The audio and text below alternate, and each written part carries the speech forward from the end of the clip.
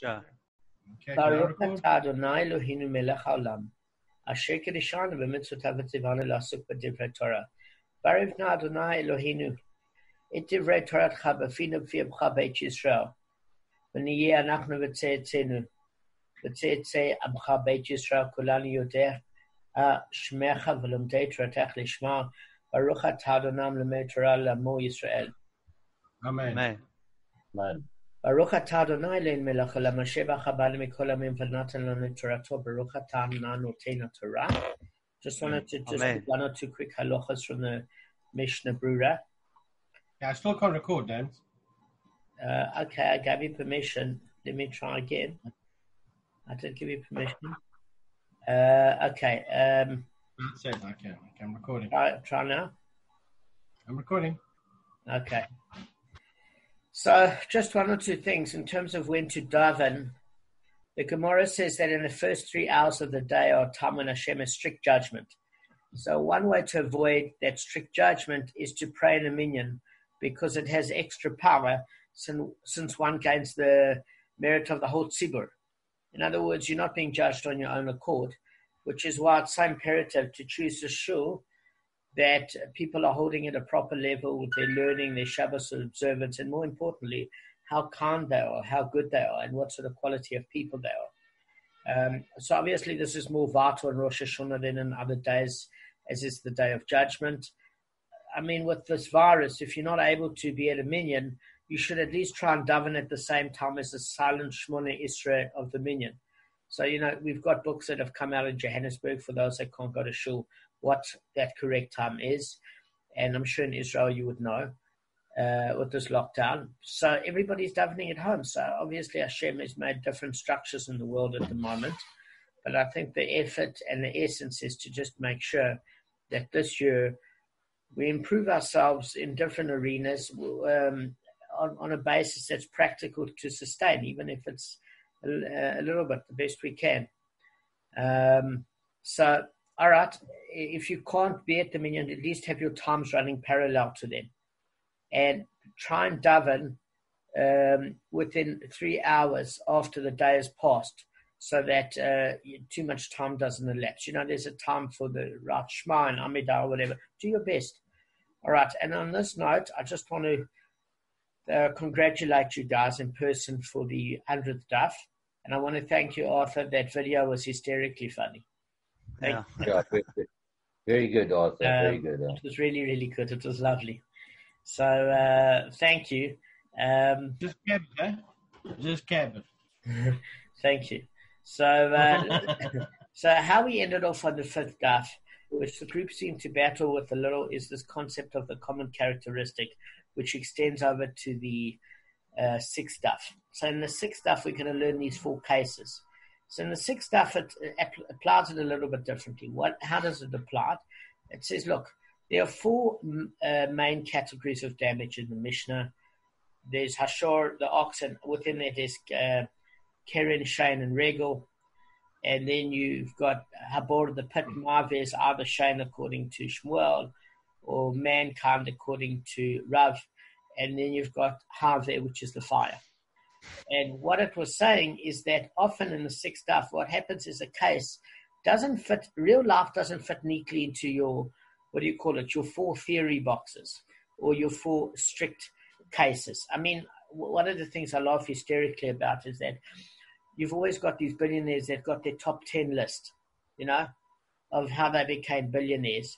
But you're never going to become a billionaire by mimicking their list because you don't have their experience, their personality, their natural instinct or whatever. And I think that different styles work for different people, and those styles can be absolutely opposite. You'd actually be surprised in that certain people that are more conservative in personality have done just as well as those that have been flamboyant. And so too with legal cases, they don't fit within a particular parameter exactly. So what you have to do with the common characteristic is look at the overall picture of the damage and say, well, what are we dealing with here? Are there any common characteristics between the 2 damages actually merging together where we can get a case of reparation for the damages? Is it a case where this person, in fact, didn't really do damage or they deserve a little bit of either a leniency or maybe a full exemption? or maybe they're trying to wiggle out of it and they deserve to be culpable. So we have to take principles, even in terms of Rav Oshia and Rav Chia, and see how the law applies. Now, if you ever look at modern law works on case study. We've got hundreds of years of people tonking, killing each other, raping, murder, theft, fraud. We've got the whole gamut of the beautiful part of human condition, where a person wants to hurt his fellow human being. Unfortunately, we've got so many cases. And what we do in modern law is we take those cases and say, like, you've got Roe versus Wade with regards to abortion, pro-life, pro-choice, etc. And you've got all these factors.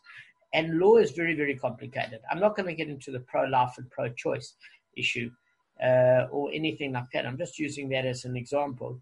And generally, life is not just always black and white. One of the things that I found fascinating about the Gemara is the fact that there are different points of view, and it's not one way or the other. And I'm not talking about sitting on the fence. I just want to address one quick issue that might help you. I mean, if we're looking at laws with regards to, let's call it either restraint of trade, or let's take a look at intellectual property. So let's look at two sides of the coin. You've developed, you've had a whole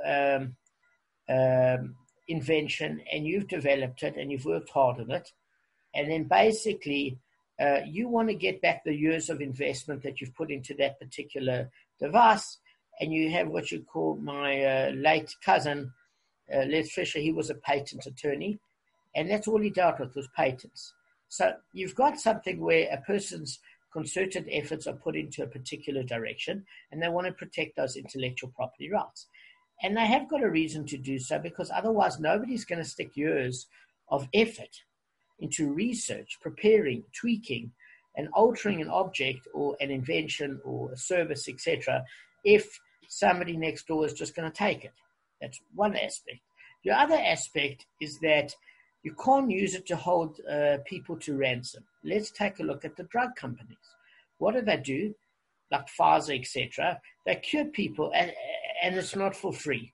People die of malaria in Africa every day, of tuberculosis, etc.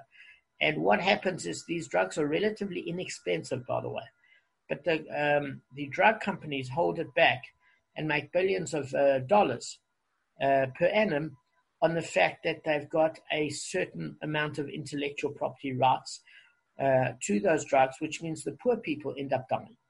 Now, I believe that there's always a balance between intellectual property, where you recover your research and development. You make a decent profit because, people are in business to make profits, whilst serving mankind at an affordability ratio that doesn't hold the human population to ransom with your invention.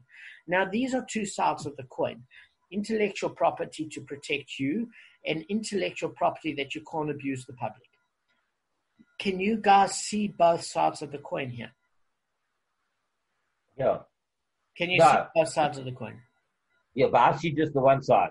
I agree that in Africa and stuff like that, the medication should be cheaper.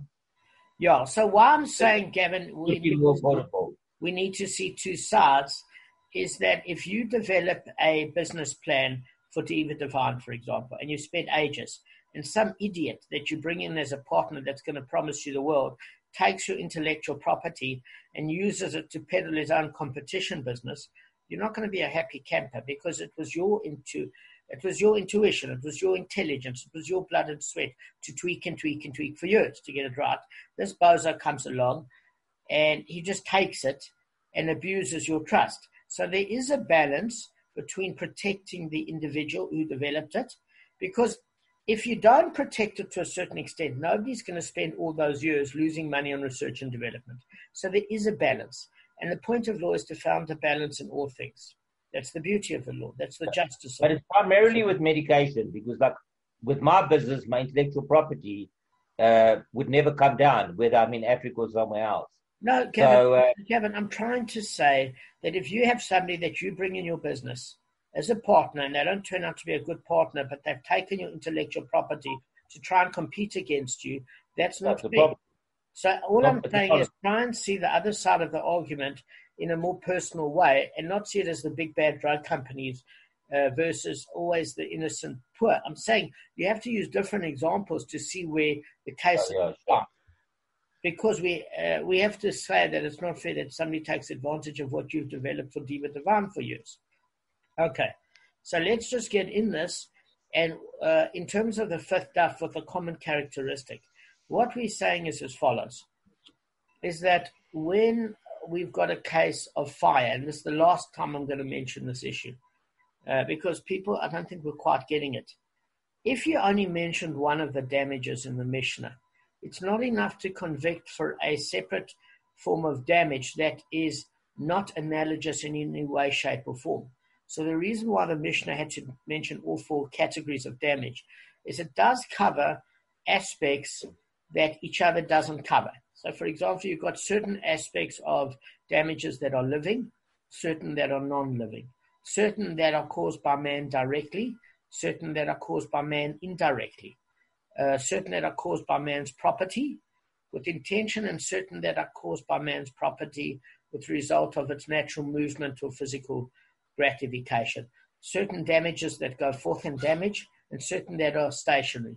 Some that start off tame and relaxed, and some that are prone to damage from inception. And you can see the way I'm wording it now is that the reason why you've got these different damages, and we brought up Rav Oshia and Rav Kia, was simply because they also bring damages of different natures.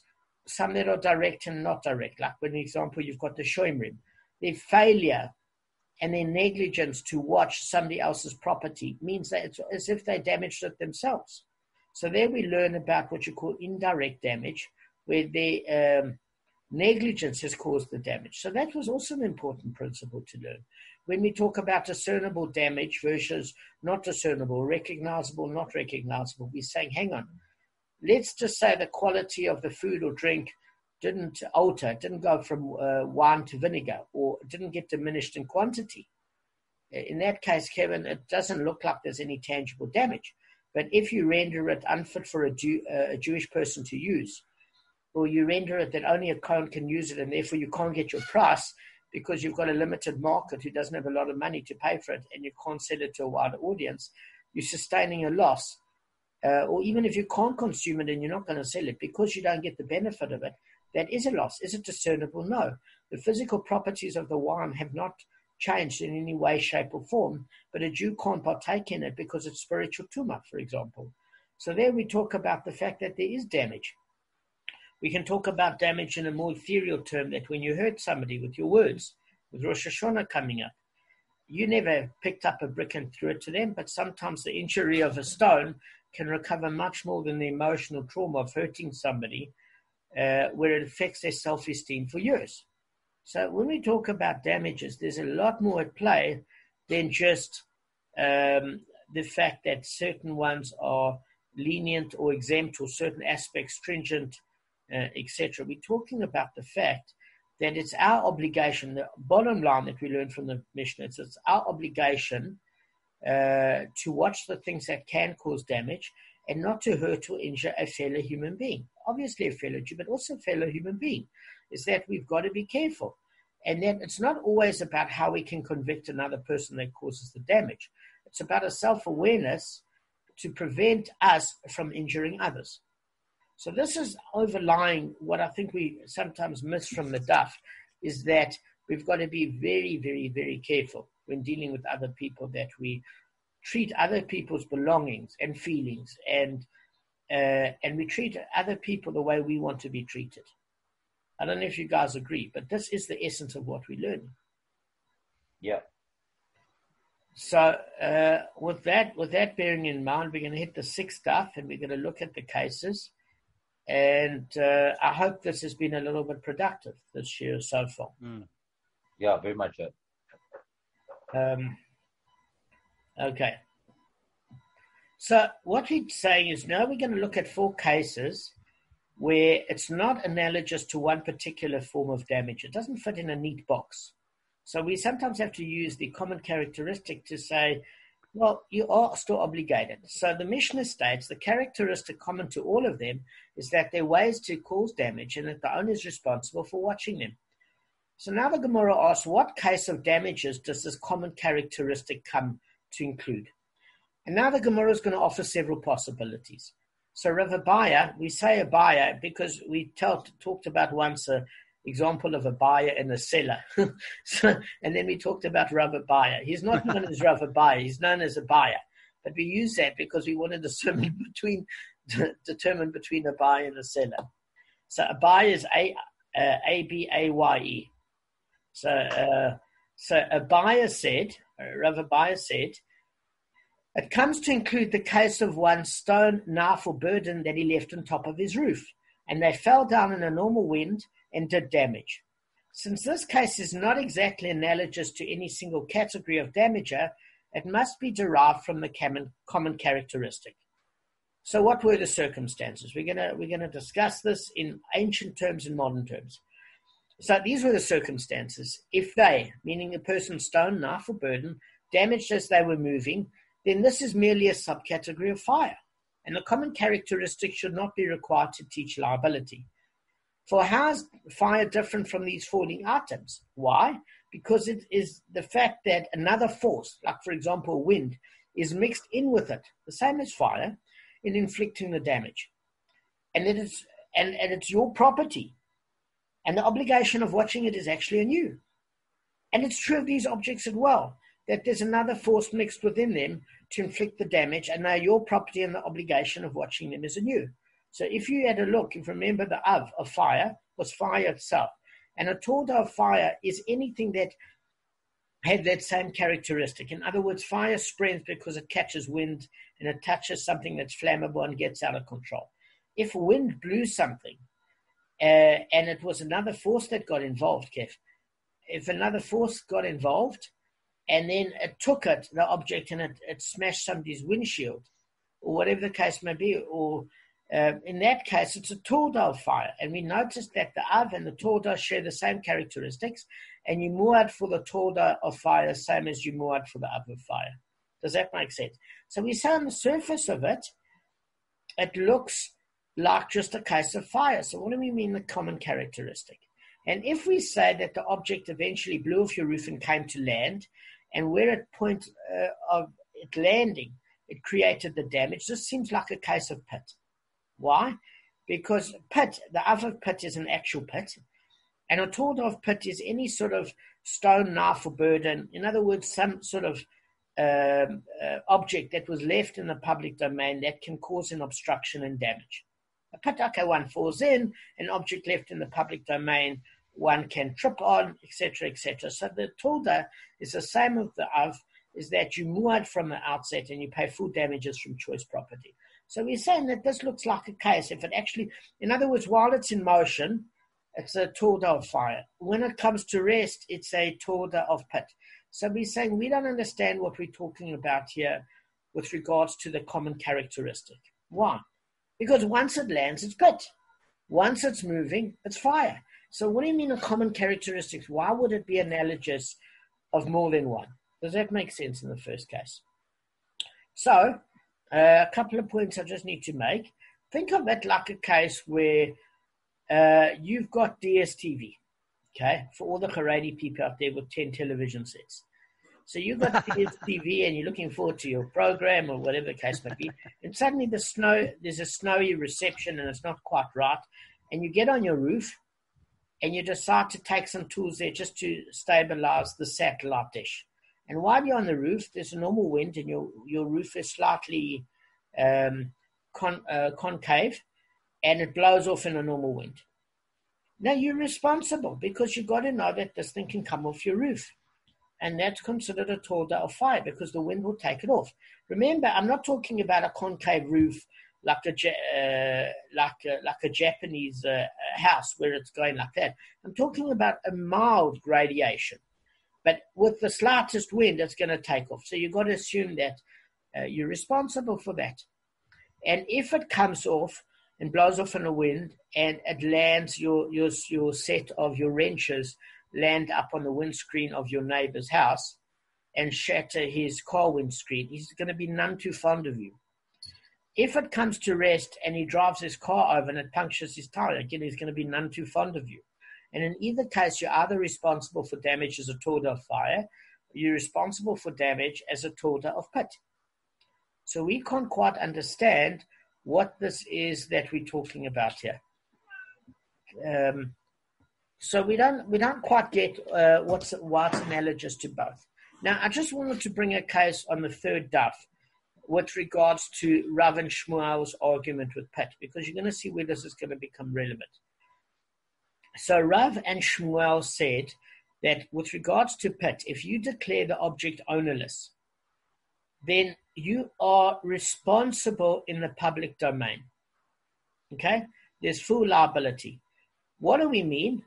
Is because if you dig, let's look at the Av. The Av is a pit.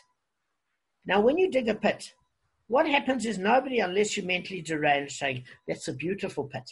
I'm proud of the pit. I'm like Roger Rabbit. I created a pit. I dug the pit like a dog. It's a good pit. Unless you're deranged, nobody's proud of a pit. Okay?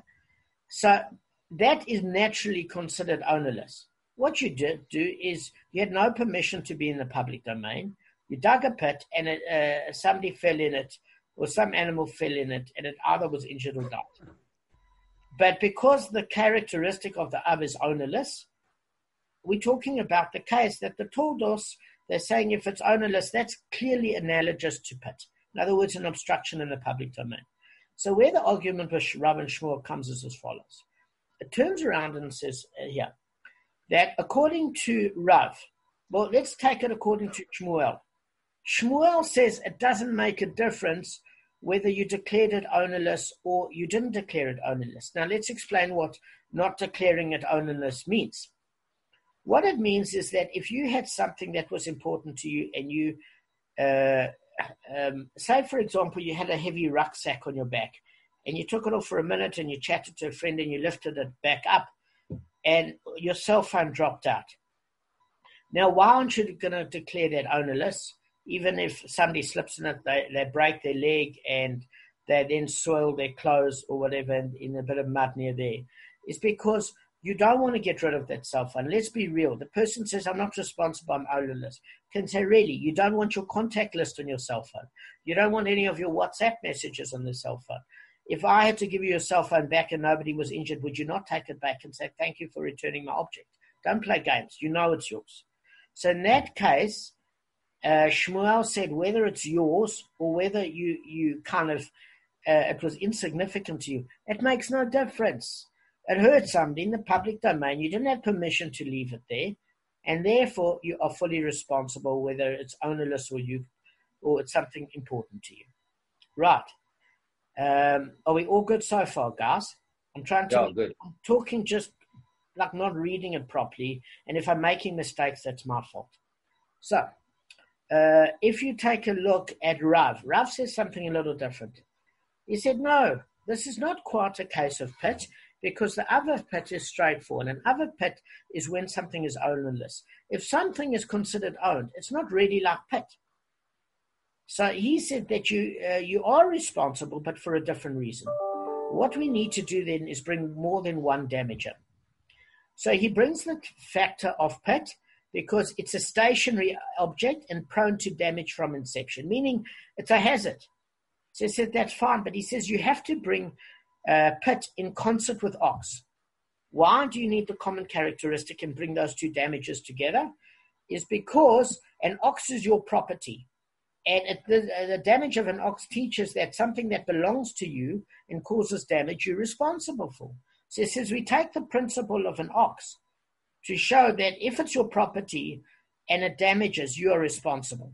But why then would you need pit? Because ox goes forth to do damage and your object is stationary. So pit would not prove that you're obligated, because you could say this object was stationary and therefore has nothing to do with my property, which goes forth to damage. And therefore you need pit, because pit would prove going forth to damage is not the reason you're culpable, because in the case of a pit, it's prone to damage from a stationary position. Does that make sense, guys? Yep. And then if the person wants to say, hang on, let's take a look at an ox as your property has an intention to damage. You can say, no, you can bring Shane or Regel, which is a natural movement of an animal, which goes to prove that it's not about intent. So when you bring ox to show it's your property and you're responsible for that, whether you declare it ownerless or not, it's your property. You cause damage. You must pay. Plus, pit to show that it's not about it going forth in damage that makes it responsible, but the fact that it did damage, even from a stationary position. When you use those two damages together, we can prove you're responsible according to that. So now what we want to find out is, according to Shmuel, what sort of common characteristic he's talking about that you need more than one damager. So we're going to go back to our case in the Gemara, and we're going to examine it as follows. You know what? This cat is driving me crazy. I threw it out by the garden and locked the door. I don't know how this cat came in. I should call it Houdini. Anyway, so let me just deal with this issue. But it keeps coming by the laptop and knocking it. I'm so sorry, guys. So, what we're going to do is we're going to see how this is actually a combination, because we say that why according to Shmuel do you need a concept of another damage? Why? Because let's examine this case more closely. A buyer speaks of a case, a Rav buyer speaks of a case where the owner declared the objects ownerless, and yet they were not quite analogous to pit. I'll give you an example. You can't compare this to pit according to a buyer, because a pit has no other force mixed within it to inflict the damage. Do you see what I'm saying? In other words, what a buyer is saying is as follows. A pit creates damage by your force. You've dug the pit. And therefore, if you've dug the pit, your own hands have created the damage, or you left it there. What has this got to do with the case of it coming down from a roof because there was another force? So can you see why this can be proved that it's not a direct case of pit? Yep. So what happens is he brings in the case of fire to prove that if an object moves from a secondary force, you're responsible for damage, like a wind with fire. So to here, you're responsible for the damage. And so too, when it comes to rest, it's not a classic case of fire, because fire damages while in motion. So this is proving that you need pit along with fire, because this is damage when it came to rest. So in fact, you need both damages to prove culpability in this particular case. Does that make sense, guys? Yeah, so we actually have had to use two damages. So basically, as he says, for what comparison can be made to a pit, which has no other force mixed within it to inflict the damage? Can you say the same for these objects, where another force is mixed in with them and inflicting the damage? So because of this essential difference, that cannot be considered a subcategory of pit. Because a pit is stationary, it doesn't have any other force. Where you leave it is where it damages. Where you dug the hole is where it damages. And therefore, liability must be derived from the principle of the common characteristic. So the Gemara is going to derive the principle as follows. Now, to the above argument, I can reply. Let fire demonstrate that one is liable even for damage involving another force. But to this you can counter, what comparison can be made to fire, whose way is to go forth and damage? Can you say the same of these objects which, after being blown down, are stationary and actually must await a passing animal to come and stumble over them? Or, as we said, a car that drives over and it damages the tires. However, again, I will reply, let pit demonstrate that the capacity to move and damage is not critical, because pit damages from a stationary position, and the argument repeats itself. So that is, a pit cannot demonstrate liability, for it possesses a stringency that no other force is involved within it. And fire alone cannot demonstrate liability, because it possesses the stringent feature that it damages through its own movement. However, when you use both damages and you combine the liability of each and the characteristics that they share, it's found in both these cases as well. So we can see you need both of these to prove liability in this particular case. Does that make sense, guys? Yeah.